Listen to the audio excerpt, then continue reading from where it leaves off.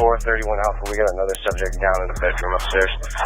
Sure, 0023. I think this is going to be our subject. He's got a firearm with him, self-inflicted gunshot wound to the head. We know that recently Mr. Fairfax was served some type of paperwork indicating when he was scheduled to next appear in court for the ongoing divorce proceedings. I don't know the lieutenant governor. I don't know what transpired. I don't know who did what.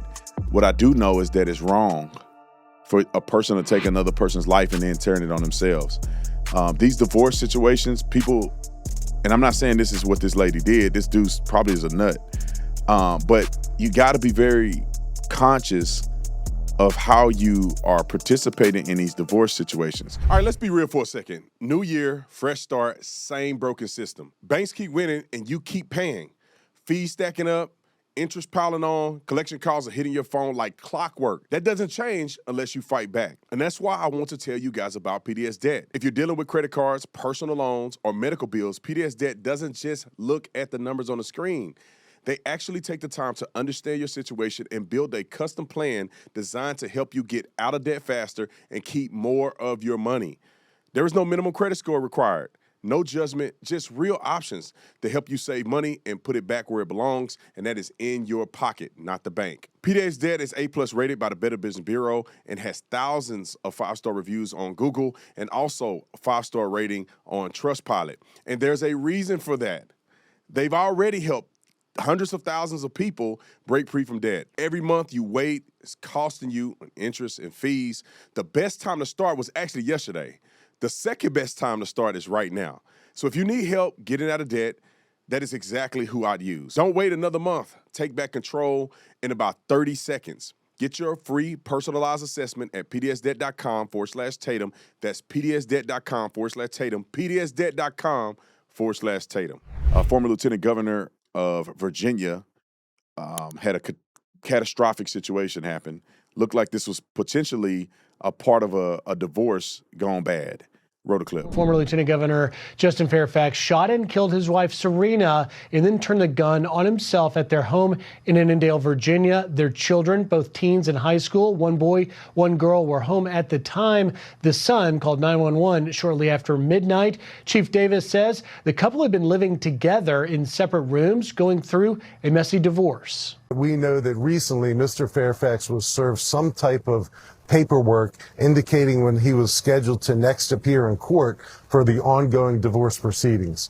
So I guess that is something that we're looking at as something that may have led to whatever happened last night that led to the murder of a mother and a wife and a suicide. Chief Davis adding that this is a high-profile family. This is tragic, of a loss for the children to lose both parents. And he says there are enough cameras, Bill, in the home to corroborate what happened. At this point, they believe that Fairfax appears to have used the same gun on his wife and himself.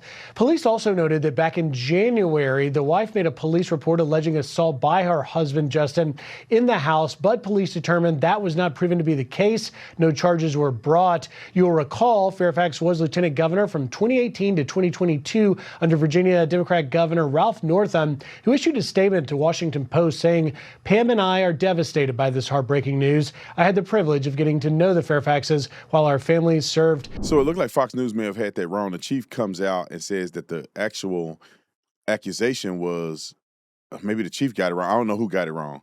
Fox is saying that she made a report. Evidence shows that nothing happened in an assault. What the chief said is that he made the report, meaning the former lieutenant governor made the report. They reviewed the surveillance and they found out that the assault never happened. So we have Fox saying that the female made a false report, and then you have the police department saying the male made a false report. Now, messy divorces, and this is why I tell people all the time: do not rush to get married. Don't feel like your time clock is running out.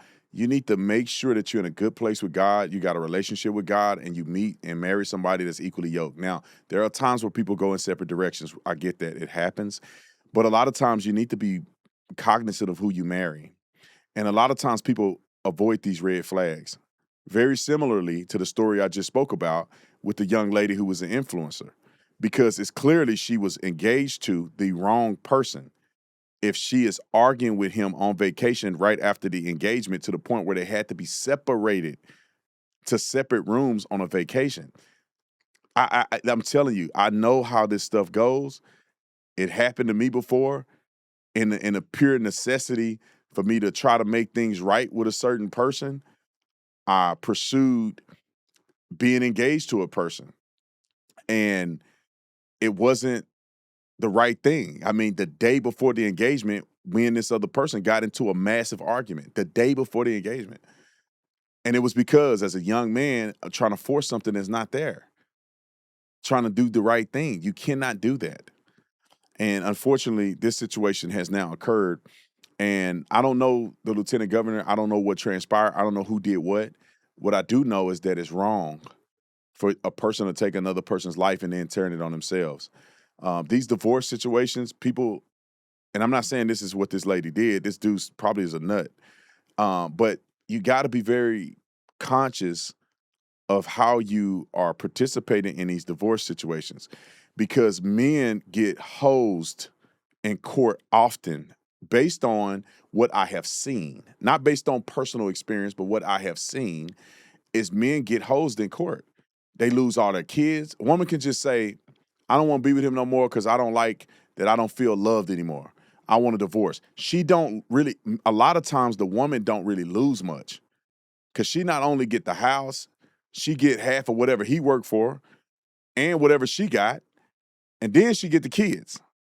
And a lot of times that does not go well with men because they feel robbed, they feel hopeless, they feel helpless, and they feel like they're being controlled by the government in these divorce proceedings. And then they act out. Not saying that it's right, but I'm saying that this stuff gets messy, and I wish people would think about this before they begin to engage in divorce conversations. Because you could think that I'm just going to leverage the court to do this, and then the man loses his mind, and there it go. It's all over, and the kids are suffering for the rest of their lives.